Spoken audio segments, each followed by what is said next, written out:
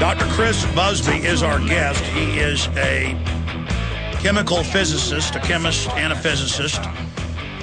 And everything he's saying dovetails with the research we've done with countless other researchers, physicists, chemists, medical doctors, radiation specialists, with the depleted uranium. They use thousands and thousands of tons of it in each war. Now they use it at local shooting ranges and proving grounds all over the world. They use it in Hawaii. They use it in Texas. Hundreds and hundreds of sites total. Just 20 years ago, they wouldn't dare.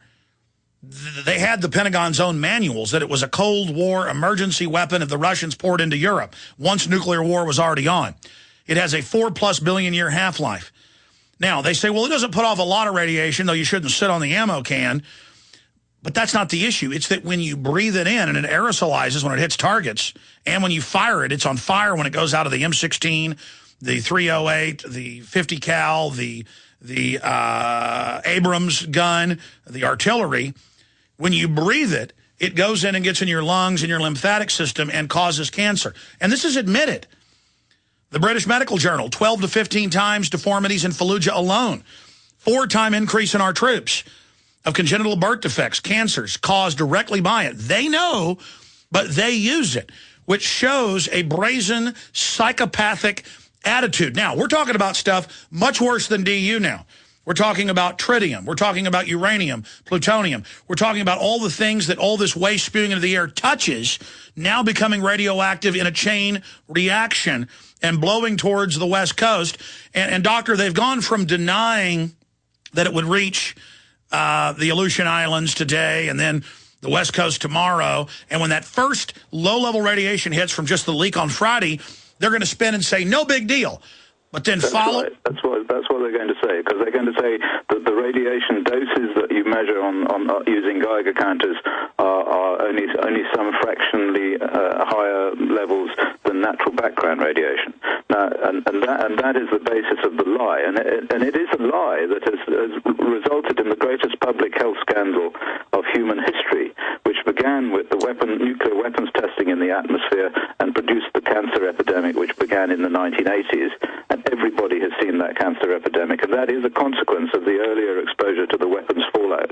Then we had the Chernobyl accident, which increased the levels of cancer, and now if you look at the cancer data, which I've been studying now for 20 years, it's just continuing to increase in all of the countries that keep data. And the reason for that is exposure to all of these materials that we've been talking about, mainly these particles, but other internal radionuclides like tritium, and like strontium-90, materials which bind to DNA. This is the point. Uranium binds to DNA, plutonium binds to DNA, strontium-90 binds to DNA. So they actually deliver their radioactivity. They deliver the electrons directly into the DNA, whereas external radiation, it delivers it into the body, and most of the energy is lost in the water. So you don't get such a high dose to the DNA. And this is why these internal radionuclides are very, very much more dangerous, and why they have resulted in this cancer epidemic, and as I said earlier, in the reduction in sperm count and therefore the decrease in fertility, so that all of the young people now who want to have children are running off and having IVF treatment and all sorts of peculiar treatments, and now I even heard about a situation where they can produce a child with 3 parents. So you have one cell, and you want DNA from the father and DNA from the mother, and a cell from somebody else again. So they destroy, just like the GMO companies destroy the capacity of indigenous populations to grow their own natural food and then sell them Terminator seeds that they have to buy each year. Now, as the human genetic system's destroyed, then we have to go get artificial treatments to continue to reproduce, giving the scientific dictatorship control over reproduction and over the future of the species. I wanted to expand on something here with you, Doctor, along the lines of the radiation situation. What do the people in the establishment think? I mean, you say that some think it's population reduction, which a lot of top globalists have stated they want. But on the other hand, they're being affected by it as well. Is it just I mean, here's an example. During the early 1960s, dozens of high-powered hydrogen bombs were detonated in the upper atmosphere and in the Van Allen radiation belt, quote, just to see what it would do just to show how crazy they were, and they thought that some of this might ignite the atmosphere and burn the entire Earth up, but they still did it. I mean, it seems like these are psychopaths. I agree with you, and in fact, the science, for me, the science is not as interesting as asking the question, why do people believe what they believe, and why in particular do these people believe what they believe? That is a very interesting question, and I think it has to do with the filtration of particular types of personality into the realm of science and physics. I think a lot of these people who I've met they've become out of touch with reality. They kind of started as people who were shy, and so they wanted to try and control the world themselves and feel less fearful by dealing at home with mathematics, with things that they could understand, and trying to model the world in these curious mathematical, arcane, distracted ways. And they really are very out of touch with reality. I mean, I saw one guy, for instance, a chap I know quite well, who used to be head of research for British nuclear fuels in Sellafield. He was trotted out on the BBC to talk about how safe it was if this material came over. And of course he did what he was supposed to do and said how safe it was. But this guy I got to know reasonably well, because he was on this government committee where we were discussing the effects of internal radiation. And I have to say that I think the chap is quite mad. He is completely detached from reality. He was a particle physicist to begin with, and has turned himself into some kind of nuclear expert, which of course the people who run the nuclear industry like, because they make money out of scientists like that. So there is a particular type of scientist who tells the government or the nuclear industry or whoever it is that wants to make money more or less what they want to hear. And so the people who are running the show tend to believe this lot, and I think that has to be how it works, in some kind of personality filtration way. Sure, Doctor. They're all different kinds of people, different kinds of personalities, and they do get filtered into different jobs, don't they? Sure, that's the social engineer mastercraft, is picking different types that they study and track, and then putting them into certain specific areas so they don't see the larger system. I think that's certainly true. It's what I've seen in my travels amongst the realms of the exalted. Yes, sir. Yeah. So you've seen. I mean, that is my message to the planet. Since this does go out into America, and the most important message that I have to give you all is that all of this is the same thing. The meltdown at Fukushima and the responses to it are the same as the meltdown, as the explosion in Chernobyl and the responses to that, and the various responses of the nuclear industry to the arguments based on science, on epidemiology, on many, many studies, that there have been huge increases in cancer and other ill health, in fact, destruction of the human genome following exposure to radiation. And all of this stuff has become the greatest public health scandal of all time, and it has to do with the difference in the way in which radionuclides are modeled, the difference between external radiation from an X-ray machine or from natural background radiation and internal radiation from a whole new range of substances that never existed prior to 1945, entirely novel in terms of evolution. And these substances are slowly killing everybody. Yes, sir. Doctor, I want to shift gears into some other areas, but adding just a caveat to what you've said, I've interviewed countless medical doctors here, many of them who went through medical school in the 40s, 50s, and 60s. To find a child with cancer then was like finding a four-leaf clover. It was so rare that doctors would travel from thousands of miles to see them. Now there are children all over my neighborhood with cancer dying. They're all over the schools. You go out to the mall, you see them with their hair falling out from chemotherapy. You read them in the obituaries every day. We know cancers on average are up over 2,000%, even more statistically in children. And then you see the TSA with unmetered radiation systems. Scientists come out and say it's 20 to 50 times the radiation. They lie about it. Then we learn it's at least 10 times this week, that they were covering it up, and that it's frying the TSA workers who are standing around all day, but they think they can wave a magic wand of false, irrational exuberance and say, we're fine, this is safe. And it just shows almost a mass false confidence. Yes, I agree with you. It's very hard to understand how it goes on. It really is. There's a sort of groupthink involved in which these people just talk to each other and assume that everybody else is stupid. My belief is, in fact, that ordinary people are actually quite clever, and they can usually figure out what's going on. And I see that that's happening in Japan, incidentally. Everybody's fleeing if they can. can. Nobody's believing the government, and the credibility of the authorities has been decreasing consistently. Well, that was my next question, Doctor. That was my next question. Now we've got reports the Japanese are getting angry. We have no homes. The radiation is higher than what you said. How is, well, number one, we're now 6 days into this. The media is saying the point of no return may have been reached. They may fully melt down. A lot of experts believe that meltdowns have already occurred. They're covering up the real levels in those two states, in and around Fukushima, and the 6 stricken reactors, 4 that have blown up or are on fire.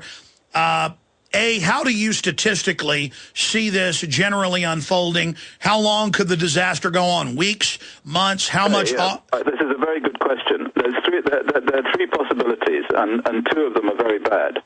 And the one that I think is likely to happen is one of those.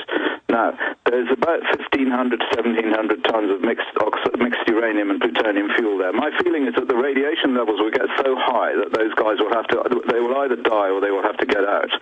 And probably, they're not really doing an awful lot of good. From what I see, this is desperate nonsense. They may as well try and piss on those things as in terms of trying to do anything, because there's huge amounts of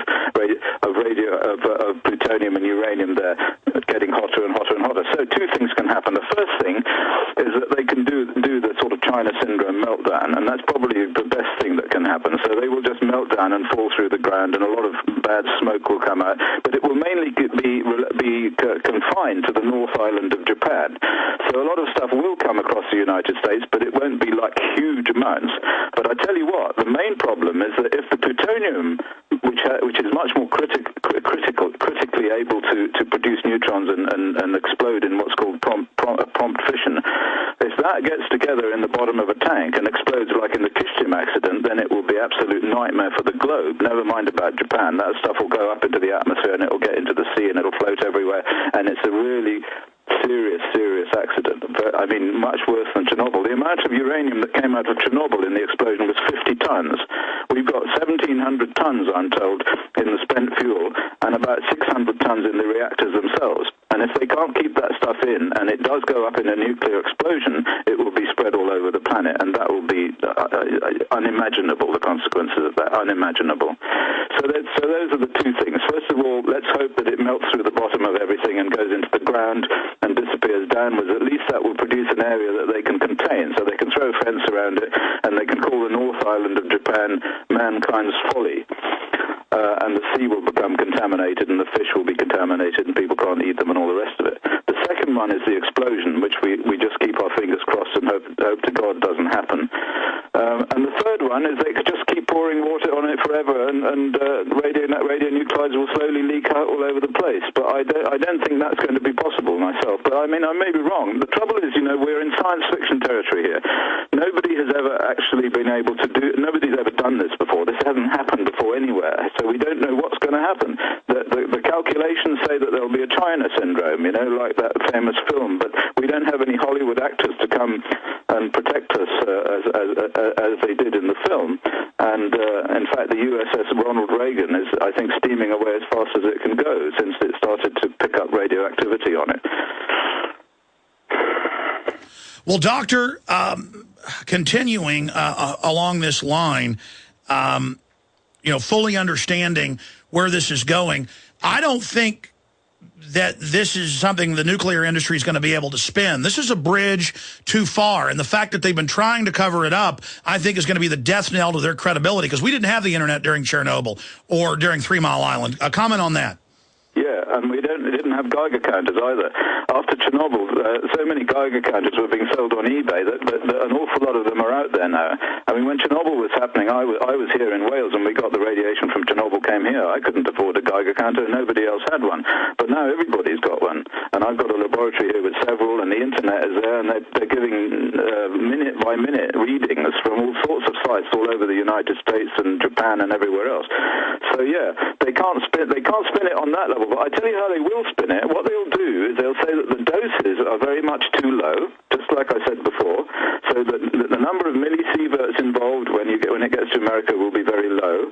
And then when you do get an increase in cancer 5 years later, there'll be a big increase in cancer. They'll say, oh well, it's because of there's an aging population, or find some reason to say that the cancer has nothing to do with the exposure, just like they did with Chernobyl, where they were saying that cancer was caused by radiophobia. I mean, I was at a conference in Kiev in 2000 where the International Atomic Energy Agency was saying that cancer was caused by drinking vodka. So they will certainly have a go at spinning it. You can be sure of that. They will certainly have a go at it. You can be assured of that. I mean, look, I have children, 3 of them, and I am in the realm of reality. That's why I told people Friday it was worse than they were saying, Saturday, Monday, the fuel rods hiding in plain view. It's in mainstream news that 600,000 fuel rods are there, that hundreds of thousands were stored on top of plants that blew sky high, and then they're not releasing the radiation information. The media made fun of people saying that radiation would come here Friday, Saturday, Sunday, Monday, Tuesday, Wednesday. Now they admit it's coming here, but the usual canned response of, oh, it's no big deal. You know, it's 3 or 4 times what you get from the sun. No, it's going into your body, ladies and gentlemen, and it's affecting your lifetime dose. We already get cancer because of the natural amount of radiation out there. And I've seen the studies of mummies in China, not just in Egypt. And cancer is unknown. These are real numbers. Cancer was almost unknown 150 years ago. And in the last 50 years, listen, I've got friends that work in the office whose girlfriends have died of cancer or dying. Kids dying at school. I mean, it's an epidemic, and elitist children are dying. And clearly, a big part of this is the dioxins and the mercury in the vaccines. But the big driver from the studies I've seen is the radiation, the runoff from the plants, the runoff from the weapons plants, and they're killing us. And look at America, the biggest nuke site in the world after Russia, highest cancer rates. Then they lie and say, well, we're living longer. Actually, the U.S. Population numbers have gone down, and they don't tell you that fetal birth rates, babies dying, that number's gone down. On average, about 30% of children 100 years ago would die from complications. But if you made it past 5, if you look at the numbers and average those out, the average person lived past 85. Now with men, it's about 73. Women, it's 76.